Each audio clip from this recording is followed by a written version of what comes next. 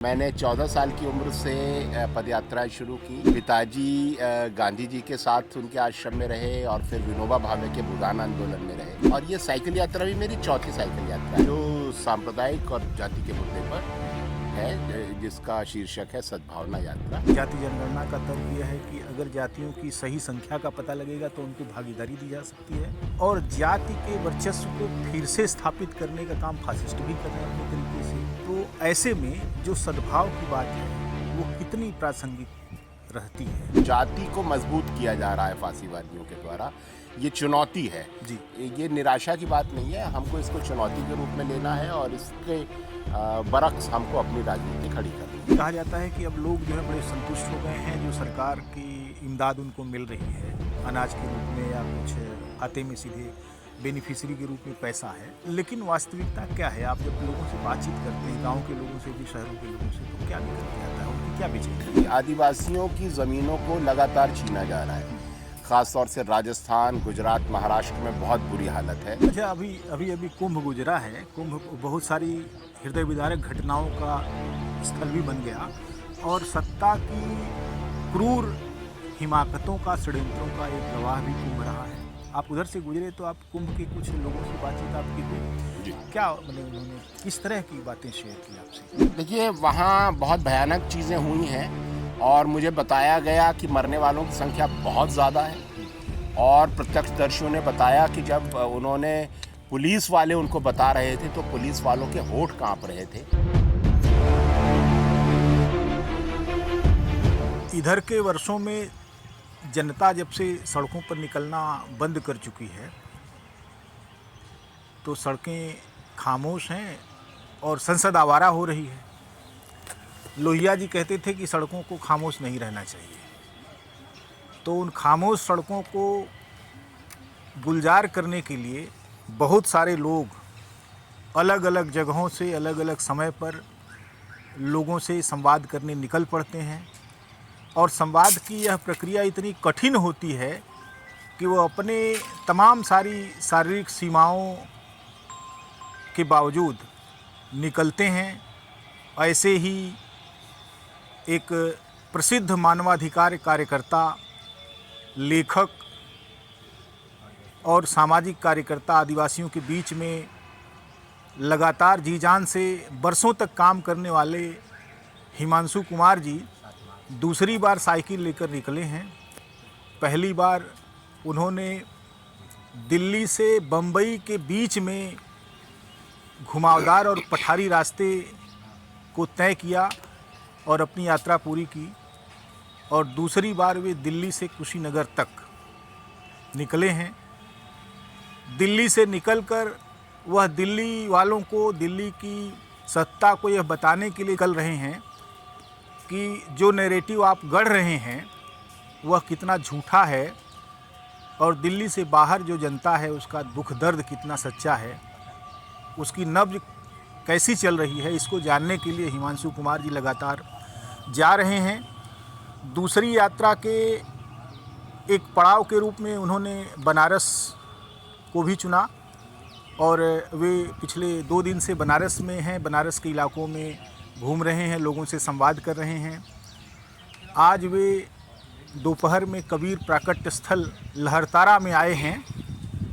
हिमांशु जी का जोरदार स्वागत करते हुए गांव के लोग चाहता है कि हिमांशु जी अपनी यात्रा के उद्देश्यों और उसके अनुभवों को साझा करें, जिससे वे लोग जो सीधे सीधे तमाम सारी घटनाओं को नहीं जान पा रहे हैं, हम उनको काफ़ी हद तक पहुंचाएं। और एक मानवाधिकार कार्यकर्ता जब निकलता है तो किस तरीके से अपनी यात्रा को आगे बढ़ाता है, कैसे लोगों से संवाद कायम करता है और उसके क्या सवाल होते हैं, ये तमाम सारी चीज़ें जानना ज़रूरी है। क्योंकि जनता को लेकर सोशल मीडिया पर ही इतनी तरह की बदमगजी फैली हुई है कि पता ही नहीं चलता कि वास्तव में दुख क्या है और सवाल क्या है।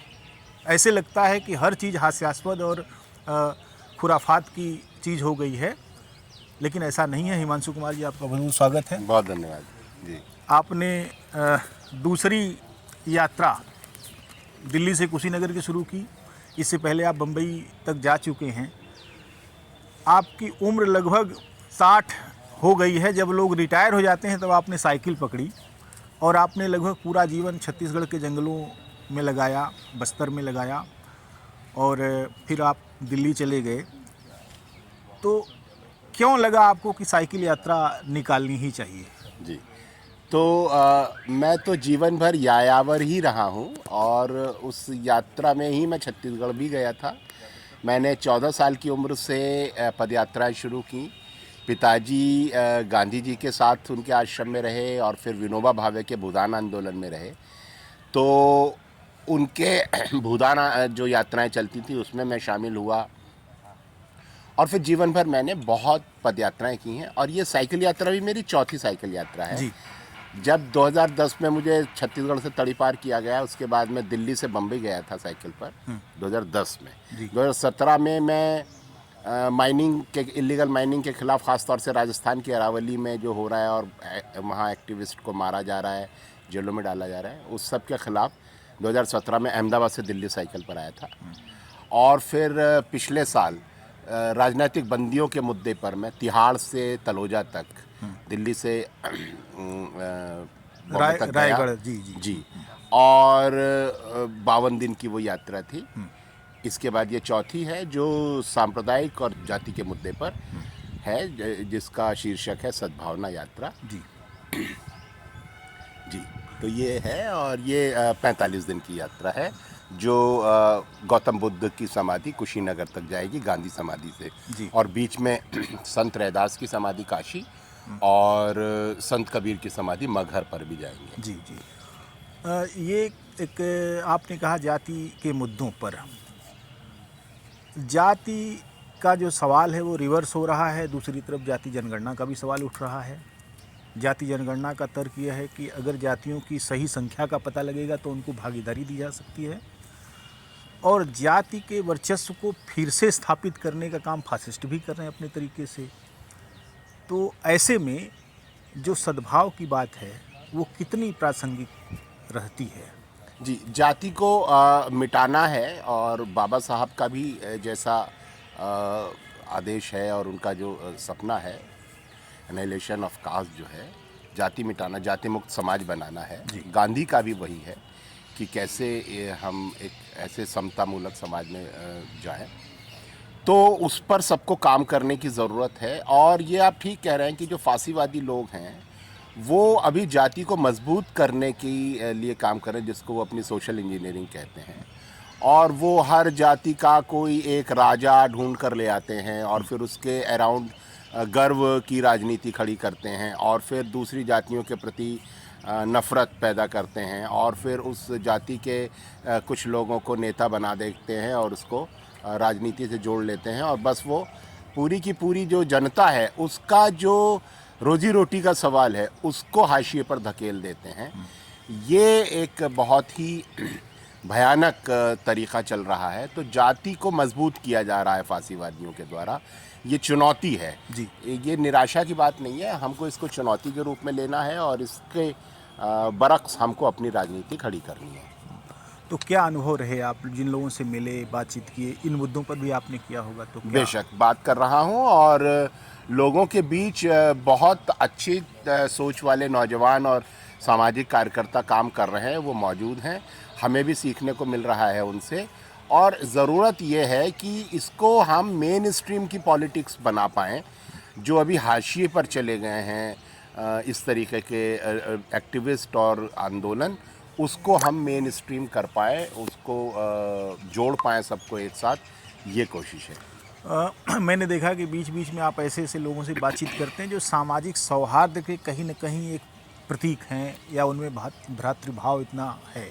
जैसे मैंने देखा एक उर्दू के अध्यापक जो कि हिंदू हैं और उन्होंने पढ़ाया चंदौली जिले में, जोखनलाल जी, उनसे बात की। ऐसे तमाम सारे कैरेक्टर आपको मिलते होंगे पूरी यात्रा में। तो कैसे मिल जाते हैं? पहले से तय होता है या आप उनको एक्सप्लोर करते हैं, कैसे करते हैं? नहीं, मैं तो देखिए ये जो यात्रा है हम सामाजिक संगठनों के साथ संपर्क करके उनके सहयोग से करते हैं। जैसे पिछली बार की जो यात्रा थी उसमें सर्वोदय मंडल के लोग थे, PUCL के साथी थे, फिर कुछ मुस्लिम ऑर्गेनाइजेशंस थे, आदिवासी संगठन थे, उन सब ने हमारी व्यवस्था की।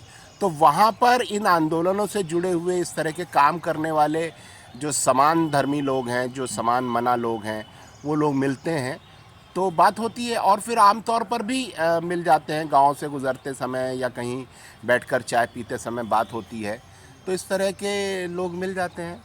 अच्छा, आमतौर पर ये कहा जाता है कि अब लोग जो है बड़े संतुष्ट हो गए हैं, जो सरकार की इमदाद उनको मिल रही है अनाज के रूप में या कुछ खाते में सीधे बेनिफिशरी के रूप में पैसा है। लेकिन वास्तविकता क्या है? आप जब लोगों से बातचीत करते हैं, गांव के लोगों से भी, शहरों के लोगों से, तो क्या निकल के आता है? उनकी क्या बेचैनी है? देखिए, हालात बहुत ख़राब है। मैं दिल्ली से बॉम्बे तक जब गया हूँ तो मैंने देखा है कि किस तरीके से मज़दूर जो बनने को मजबूर हो गए आदिवासियों की ज़मीनों को लगातार छीना जा रहा है। ख़ास तौर से राजस्थान, गुजरात, महाराष्ट्र में बहुत बुरी हालत है। सारी सरकारी कॉरपोरेटी जो हमला है वो आदिवासी इलाके में है, और न सिर्फ छत्तीसगढ़ और झारखंड और उड़ीसा की ये स्थिति है, बल्कि राजस्थान, महाराष्ट्र और गुजरात की भी यही स्थिति है।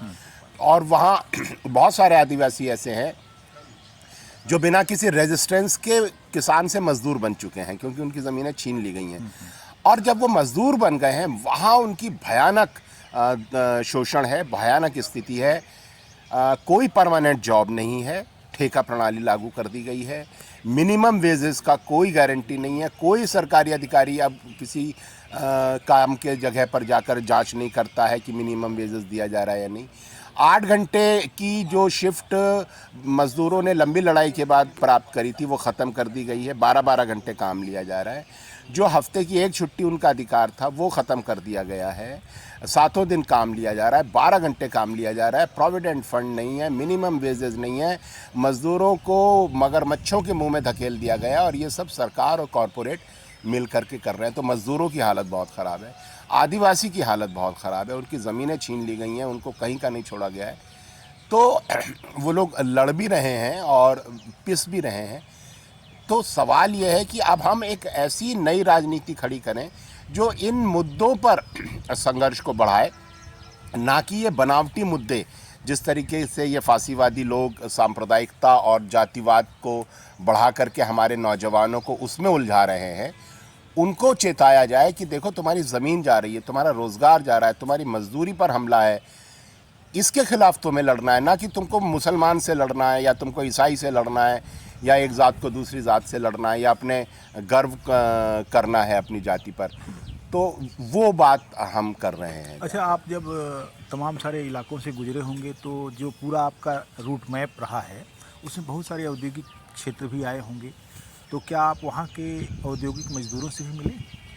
हाँ, मज़दूरों से मिले और मज़दूरों ने बताई अपनी दुर्गति कि किस तरीके से उनको बिठा दिया जाता है, किस तरीके से उनसे 12-12 घंटे काम लिया जा रहा है, कोई ओवर टाइम नहीं दिया जा रहा।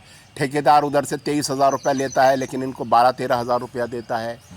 तो भयानक शोषण है, कोई सुनने वाला नहीं है, कोई सरकारी डिपार्टमेंट, लेबर डिपार्टमेंट, उनको मना कर दिया गया ऊपर से कि आपको जाके उद्योगपतियों को परेशान नहीं करना है। और वहाँ की लोकल लीडरशिप की क्या स्थिति है? लोकल लीडर्स लड़ रहे हैं, मतलब एक्टिविस्ट लड़ रहे हैं। पॉलिटिकल लीडरशिप तो उसको तो ख्याल ही नहीं है कि वो मज़दूरों के मुद्दे उठाए या वो किसानों के मुद्दे उठाए। पॉलिटिकल लीडरशिप तो काफ़ी निराशाजनक हालत में है। लेकिन स्थानीय नौजवान हैं, आदिवासी नौजवान हैं, दलित हैं, मज़दूर संगठन हैं, यूनियंस हैं, लड़ रहे हैं वो लोग। ख़ास तौर से लेफ्टिस्ट जो है वो लड़ रहे हैं। जैसे ट्रेड यूनियन में लेफ़्ट का बहुत बड़ा होल्ड रहा है। लेफ़्ट अभी स्थिति ये है कि ट्रेड यूनियन के पैमाने पर बहुत स्थानीय हो गए हैं और राजनीति में भी वे बिखर गए हैं। ऐसे में आपको क्या लगता है कि जो आपने देखा वो लेफ़्ट को बहुत नज़दीक से आपको देखने का भी मौका मिला, हो सकता है आपको सपोर्ट भी वे लोग करते हों, स्वागत करते हों, बातचीत संवाद में हिस्सेदारी करते हों, क्या लगता है आपको, क्या लेफ़्ट कहीं एंटी फासिज्म जो मुहिम है उसको बहुत आगे ले जा पाएगा? बिल्कुल ले जा पाएगा। ये ज़रूर है कि अभी चूंकि पूंजीवाद का भी स्वरूप बदला है, अब गिग वर्कर आ गया है, बड़े बड़े कारखाने बंद हो गए हैं, अब छोटी छोटी यूनिट्स हैं जहाँ 10 मज़दूर 15 मज़दूर काम कर रहे हैं। तो अब यूनियंस का स्वरूप भी बदला है और पूरा जो ट्रेड यूनियन मूवमेंट था उसका भी स्वरूप बदला है। अब बड़े मजदूर आंदोलन नहीं बचे हैं।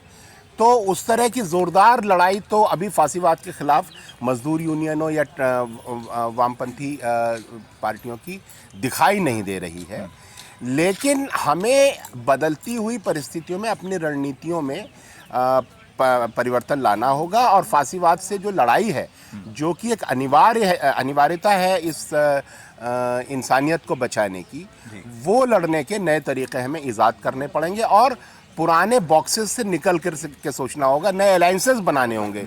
आपकी गांधी से अभी तक हो सकता है बहुत नफ़रत भी रही हो या बहुत आपको प्रॉब्लम्स रही हो, लेकिन अब आपको गांधीवादियों के साथ, अम्बेडकरवादियों के साथ, सभी प्रगतिशील लोगों को साथ लेकर के नए अलायंसेस बनाने पड़ेंगे। जो भी एंटी फासिस्ट फोर्सेस हैं उन सबको साथ आना पड़ेगा। एक मध्यकालीन कवि की एक बहुत अच्छा एक दोहा है जिसका अर्थ मुझे मालूम है लेकिन उसका दोहा नहीं याद है। वो ये है कि प्रचंड गर्मी के दिनों में बाघ और सांप और बहेलिया और चिड़िया और मनुष्य सब एक ही जगह हैं। इतना प्रचंड धूप उनके सामने है कि वो एक ही जगह शरण ले रहे हैं, लेकिन वो आपस में विरोधी होते हुए भी हमला नहीं कर रहे हैं। अभी जो मानवाधिकार से लेकर सामाजिक न्याय और दूसरी तमाम सारी जो ताकतें हैं, वो ऐसे लगता है कि छाया ले रही हैं, एक दूसरे पर हमला नहीं कर रही हैं। लेकिन उनको क्या किसी नए एजेंडे पर कि पेड़ लगाओ, माने राजनीति को नया करो या तमाम सारी चीज़ें करो, ऐसी बातचीत हो रही है? संभावना है ऐसी? देखिए, सबसे पहला जो अभी लक्ष्य है वो ये है कि फासीवादियों को हटाया जाए और यही हमारी नई राजनीति के लिए एक बचे रहने की अनिवार्य शर्त है। अन्यथा जिस तरीके से फासीवाद अपने पैर पसार रहा है, हम राजनीति करने की भी हालत में नहीं रहेंगे। तो हम सबको मिलकर के पहले तो हमारी राजनीति यही है कि हम इन फासीवादियों को कैसे हटाते हैं। अभी जैसे एक 19 सेकेंड का एक वीडियो वायरल हो रहा है जिसमें एलन मस्क के पाँव को चूम रहे हैं डोनाल्ड ट्रंप, और डोनाल्ड ट्रंप को हमारे 36 इंच के सीने वाले महारथी, महापुरुष, वो जाके गले मिलते हैं और उनके सामने चुप रहते हैं, उनकी सारी शर्तें स्वीकार लेते हैं। माने अमेरिका के आगे इसलिए नतमस्तक रहेंगे कि उनको यहाँ एक छत राज चाहिए। अमेरिका किसी भी कीमत पर सपोर्ट करे। इस पूरी नीति को नंगा करने वाली कोई चीज़ सामने नहीं, कोई नैरेटिव नहीं खड़ा किया जा रहा है, नहीं बताया जा रहा है। मीडिया उन्हीं का है, वो सब वो वहाँ जा रहे हैं पीट के आ रहे हैं, लेकिन यहाँ ऐसा लग रहा है पीट के आ रहे हैं। ये जो दोहरा नैरेटिव है, इसके खिलाफ कैसे? बिल्कुल, ये जो अमेरिका का अभी हालिया बर्ताव है भारत के साथ, ये तो बहुत ही भयानक है और ऐसा लग रहा है कि अमेरिका ने पूरी तरीके से भारत को क्रश करके अपने पाँव के तले लाने की पूरी तैयारी कर ली है और इस योजना पर वो काम कर रहा है। और वो बार बार नरेंद्र मोदी के अहंकार को अपने जूते तले रौंद रहा है। और नरेंद्र मोदी, जैसा आपने कहा, भारत में अपनी सत्ता बचाने के लिए और अपनी अंतर्राष्ट्रीय साख को बनाए रखने के लिए, जो झूठी साख है, उसके लिए हर प्रकार का समझौता करते जा रहे हैं, झुकते जा रहे हैं। यहाँ तक कि उन्होंने जो इम्पोर्ट टैरिफ घटा दिया है एलन मस्क के लिए 110% से 85%, 15% पर वो आ गए हैं। तो ये बहुत भयानक है कि भारत की नीतियों में अब एलन मस्क और ट्रंप के आदेश से परिवर्तन किए जा रहे हैं और बिल्कुल उनका जो कबाड़ है, वो जो F-35 जहाज़ ख़रीदने का सौदा किया गया है, जो भारत की शिक्षा और स्वास्थ्य पर पैसा खर्च होना चाहिए था, वो पैसा अब हम अमेरिका का कबाड़ ख़रीदने में खर्च कर देंगे।